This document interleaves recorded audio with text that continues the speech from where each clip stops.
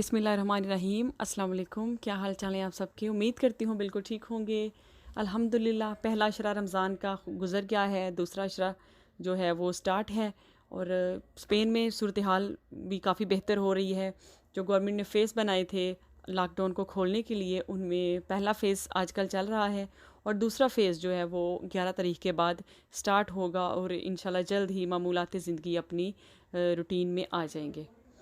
और पहले इन दिनों में दूसरे अशरे में ख़वातीन ईद की तैयारियां शुरू कर देती हैं, शॉपिंग्स और बच्चों की तैयारियां, घर की सफाई के सिलसिले में और इस तरह की जो ईद के लिहाज से जो होती हैं प्रेपरेशंस, वो अपने अरूज पे होती हैं। और स्पेशली जब तीसरा अशरा होता था तो बहुत ही ज़्यादा रौनकें बाज़ारों में, जितनी ज़्यादा रौनक होती थी महंगाई भी उतनी ही ज़्यादा होती थी। तो इस दफ़ा ये सारी चीज़ें हम मिस करेंगे क्योंकि वो जो बाज़ारों की दुकानों की रौनकें और शॉपिंग्स और वो जो है वो इस रमज़ान में कम देखने में आएगा। तो ख़वातीन ने इसका क्या हल निकाला कि उन्होंने ऑनलाइन शॉपिंग शुरू कर दी। ऑनलाइन शॉपिंग का कुछ तो जो अगर कुछ लोगों को अच्छा एक्सपीरियंस है, उनको तो पता है कि ऑनलाइन चीज़ें कहाँ से मंगवानी है, कौन सी वेबसाइट असल है, कौन सी वेबसाइट जाली है। लेकिन कुछ देखने में ये भी आया है कि बहुत सी औरतों को जो फ्रॉड भी लग गया है, क्योंकि उन्होंने ऑर्डर कुछ किया और उनको डिलीवर कुछ कर दिया गया है। और क्यों अगर आप फेसबुक पे या आप इंस्टाग्राम पे कोई भी नई या कोई जाली वेबसाइट देख के वहाँ से ऑर्डर करेंगे, तो यकीनन आपको 90% चांस है कि आपको वो चीज़ वो वाली क्वालिटी की डिलीवर नहीं की जाएगी जो क्वालिटी या जो तस्वीर आपने इंटरनेट पे देखी है। तो कुछ लोगों को सुना भी है कि मैंने जो चीज़ें हमने ऑर्डर की हैं जी क्वालिटी में वो नहीं भेजी, और कुछ और ऑर्डर किया है तो कुछ और भेज दिया है। कोशिश करें कि जो ओरिजिनल वेबसाइट्स हैं, जो ब्रांड्स की अपनी ऑनलाइन शॉप्स हैं, वहाँ से ऑर्डर करें। लेकिन वहाँ पे भी एक प्रॉब्लम बहुत ज़्यादा देखने में आया है कि वहाँ पे चीज़ें अवेलेबल ही नहीं हैं। सारा कुछ जो है सोल्ड आउट है। अगर कुछ है तो वो अगर आपने कुछ ऑर्डर करना है तो वो आपके साइज़ का नहीं होगा। और अगर आप मोस्ट ज़्यादा ख़वातीन अपने पर तो कंप्रोमाइज़ कर लेती हैं कि चलो कोई नहीं, कौन सा इस ईद में ज़्यादा मिलना जुलना होना है, या कौन सा कोई पार्टीज़ वगैरह होनी है, या बाहर गैदरिंग होनी है, रिश्तेदारों के यहाँ आना जाना है, तो कोई ज़रूरत नहीं है नए जोड़े बनाने का। या जब ऑनलाइन ये ब्रांड्स ने सेल लगाई हैं तो ख़वातीन ने अपने लिए शॉपिंग कर भी ली है कुछ ने। मसला सबको फेस करना पड़ रहा है बच्चों का, कि बच्चों की शॉपिंग कहाँ से की जाए। तो बच्चों की आप कोशिश करें कि ऑनलाइन अगर आपको कोई चीज़ पसंद आती है ओरिजिनल वेबसाइट से, तो आप वो ऑर्डर करें। अगर आपको अपना खुशकिस्मती से अपने बच्चे का साइज़ मिल जाता है तो आप ऑर्डर कर लें। और ये भी हो सकता है कि बहुत रश होने की वजह से आपका ऑर्डर बहुत डिले हो जाए और वो आपको ईद के बाद मिले। तो अगर ये सारी चीज़ें आप नहीं कर सकती और आपकी नहीं हो रही, तो मेरा आपको बेस्ट ये आइडिया है, आप ये करें कि अपना कोई पुराना सूट लें जो कि आपका किसी शादी पे आपने लिया था या आपने किसी फंक्शन पे पहना था, अब उसका फ़ैशन नहीं रहा, आप उसके बाद वो इस्तेमाल नहीं हो रहा, तो उसको आप इंटरनेट से कोई डिज़ाइन देख लें, गूगल वगैरह से आप डिज़ाइनिंग देखें। और इधर स्पेन में भी काफ़ी ख़वातीन के पास अपनी मशीनें हैं और माशाल्लाह से बहुत ज़्यादा लेडीज़ ऐसी हैं जो सिलाई का काम जानती हैं। पाकिस्तान में तो तकरीबन जो है मेजॉरिटी है वो सिलाई का काम जानती है। तो आप इंटरनेट से डिज़ाइन लें, अपनी बच्ची का प्यारा सा फ़्रॉक बनाएं, उसका प्यारा सा ड्रेस बनाएं, उसके लिए लहंगे शरारे जो भी वो ईद पे आप अपनी बच्ची को पहनाना चाहती हैं वो बना सकती हैं। लड़कों के लिए आप लॉन का पीस ले सकती हैं घर में, या आप उसके ऊपर आप उसको कुर्ता शलवार बना सकती हैं, उसके ऊपर कोई हल्की फुल्की तार कशी का काम कर सकती हैं। थोड़ी सी बहुत एम्ब्रॉयडरी अगर आपको आती है सुई के साथ आप करवा सकती हैं, या अपनी किसी जानने वाली से मोहल्ले में से आप एम्ब्रॉयडरी करवा के तो अपने बच्चों के बहुत अच्छे ड्रेसेस तैयार कर सकती हैं ईद के लिए। ईद में क्योंकि ज़्यादातर बच्चे ईस्टर्न माएँ पहनाती हैं बच्चों को, बच्चे भी ईस्टर्न पहनना पसंद करती हैं, कुर्ते शलवारें और बच्चियाँ गरारे वगैरह। और लेकिन गर्मी भी बहुत होगी, ये ख़ास ख्याल रखें कि बच्चों को कंफर्टेबल कपड़े पहनाएं। और कुछ अगर छोटे शहरों में या देहातों वगैरह में लेस की दुकान खुली है तो आप लेसेस लगा सकती हैं बच्चों के कपड़ों के ऊपर। अपना कोई लॉन का आपके पास दुपट्टा पड़ा है जो आपने इतना यूज़ नहीं किया, तो आप उसका ड्रेस बना सकती हैं। तो ये आइडियाज़ हैं क्रिएटिव जो आपने करनी है, और ये चीज़ें हैं जो लॉकडाउन ने हमें सिखाई हैं कि कैसे हमें इन हालात में अपने लिए इन्वेंट करनी है चीज़ें नई नई, और कैसे हमने अपने दिमाग और अपने आइडियाज़ को इस्तेमाल करके अपनी जो फ़नून लतीफ़ा की जो आपकी हिस्स है उसको कैसे बाहर लाना है, और कैसे आपने चीज़ें नई नई चीज़ें बनानी है। तो ये तो एक आइडिया मेरे जहन में आ रहा था बच्चों के कपड़ों के हवाले से, जो मैंने आपके साथ शेयर करना था। और इसके अलावा उसके अलावा अच्छा है आप घर में खाने बनाएं, अपनी फैमिली के साथ बैठें, बच्चों को तैयार करें और सोशल मीडिया पे फिर डालें तस्वीरें, इंस्टाग्राम पे व्हाट्सएप स्टेटस सज के लगाएं, ताकि आपने सोशल मीडिया पे दिखानी है। तो ये तो हो गई कपड़ों की बात। और आजकल गर्मी काफ़ी हो गई है स्पेन में, पंखे वगैरह एसी वगैरह ऑन होने शुरू हो गए हैं। पहले तो बारिशों की वजह से काफ़ी मौसम जो है वो बेहतर रहा है कुछ दिन। तो अब चूँकि गर्मी ज़्यादा हो गई है तो अफ्तारी में और सहरी, स्पेशली अफ्तारी में डिशेस भी उसी हिसाब से बनना शुरू हो गई हैं, ठंडे मशरूबात वगैरह और इस तरह के चीज़ें। और मैं कोशिश करती हूँ कि जो अफ्तारी में अगर कुछ हैवी चीज़ बना रही हूँ, यानी कि खाना बना रही हूँ, मेन कोर्स बना रही हूँ, तो सिर्फ एक ही आइटम बनाऊँ ताकि। लेकिन अगर आपने स्टार्टर्स टाइप कुछ बना रही हैं, फ्राई चीज़ें, पकोड़े, रोल्स वगैरह, तो फिर आपको 3-4 चीज़ें वो बनानी पड़ती हैं। फ्रूट चाट मेरी इफ्तारी का मस्ट हिस्सा है, क्योंकि फिर वही बात पहले भी बड़ी दफ़ा कही है कि हेल्दी एक चीज़ आपकी डाइट में ज़रूर होनी चाहिए जो आपके सारे दिन की एनर्जी को बूस्ट।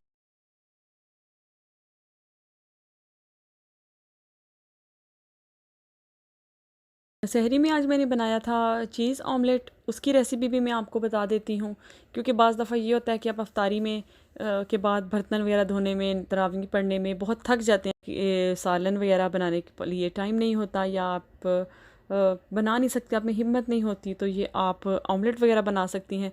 और ऑमलेट में कुछ नया और कुछ जिद्दत डालते रहें तो आपका जो है वो डिफरेंट बनेगा, टेस्ट में भी और देखने में भी, और आपके घर वाले भी खुश हो जाएंगे।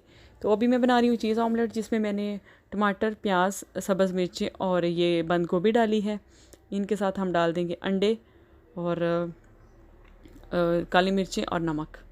इनको हम जो है वो मिक्स करके थोड़ा पैन को ग्रीस करके हम उसमें फैलाएंगे, और उसके ऊपर हम डाल देंगे ज़्यादा सी चीज़ को हम डाल के ऊपर ढक्कन रख देंगे। और तकरीबन फ्लेम को पहले हम तेज़ रखेंगे और उसके बाद हम उसको लो कर देंगे। इस तब तक हम पकाएंगे जब तक हमारी सारी जो चीज़ है, पनीर है, वो बिल्कुल मेल्ट नहीं हो जाता और हमारा एक पिज़्ज़ा की शेप का ऑमलेट तैयार नहीं हो जाता। तो ये एक हमारा ज़बरदस्त सा ऑमलेट तैयार हो गया। सहरी में मैंने ये बनाया था, तो काफ़ी अच्छा और मज़े का लगा था पराठे के साथ।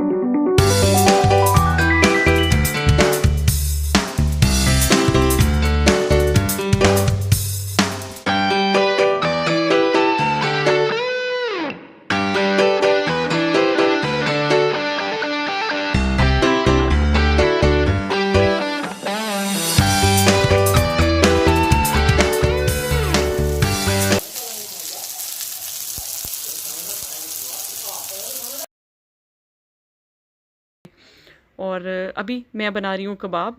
ये चिकन के कबाब हैं। इनको इसमें हमने चिकन का कीमा लिया था और उसमें सब्ज़ मिर्चें, टमाटर, प्याज और घर में पड़े हुए नमक, मिर्च, सूखा धनिया, ज़ीरा, जो भी मसाला ज़्यादा आप इस्तेमाल करती हैं अपने खाने में, अपने कबाबों में, वो हमने डाल लिया था। 2 चम्मच बेसन और 2 अंडे डाल लिए थे। तो इनके हम चपली कबाब बनाएंगे। ये बहुत अच्छे बन जाएंगे और बहुत जल्दी भी बन जाएंगे। और इनको हम तवे पे बिल्कुल फैला के। इनका एक ये फ़ायदा है कि ये बहुत कम ऑयल ऑब्ज़र्व करेंगे, क्योंकि हम इनको शैलो फ्राई कर रहे हैं। हम इनको, आपकी जो ये है ये आपका ऑयल कम इस्तेमाल होगा और इसके अलावा ये मज़े के भी बहुत लगेंगे। आप इसको रोटी के साथ खा सकते हैं, चावलों के साथ भी खा सकते हैं।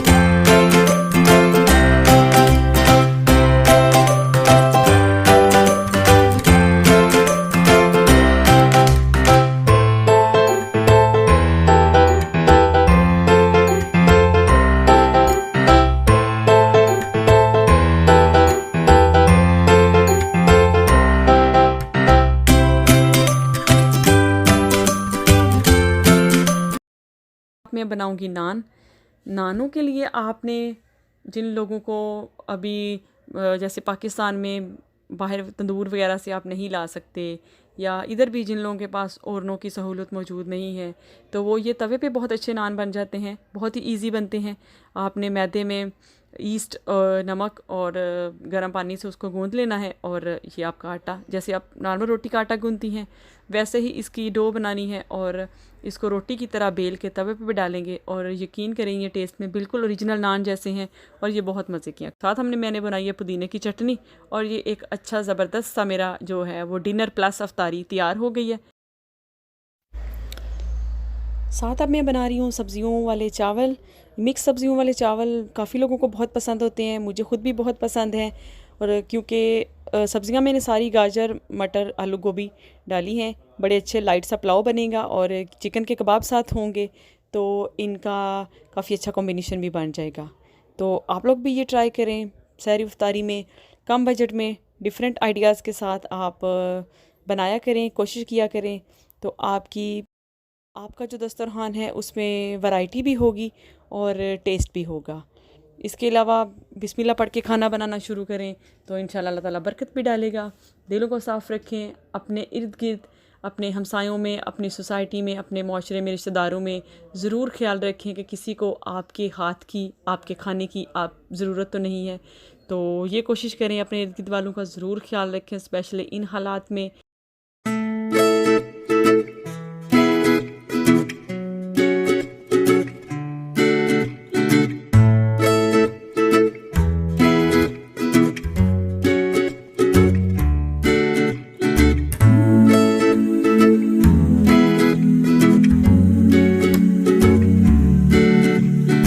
अपने इर्द गिर्द नज़र दौड़ाएँ, ईद पे, रमज़ान में ख़ास ख्याल रखें, और इन हालात में भी स्पेशली बहुत ज़रूरत है कि आपके इर्द गिर्द अगर कोई ज़रूरतमंद है तो चुपके से उसकी ईद की खुशियों में, उसकी रमज़ान की सहरियों और अफ्तारियों में शामिल हो जाएं। अल्लाह आपको अजर देगा। इसके साथ ही मुझे दीजिए इजाज़त अगले व्लॉग तक, और अगर अभी तक सब्सक्राइब नहीं किया तो सब्सक्राइब कर दें, मेरी वीडियोज़ को देखा करें, अगर अच्छी लगती हैं तो लाइक कर दिया करें, कमेंट्स करना मत भूलें। तब अगली वीडियो बनाने तक अल्लाह हाफ़िज़।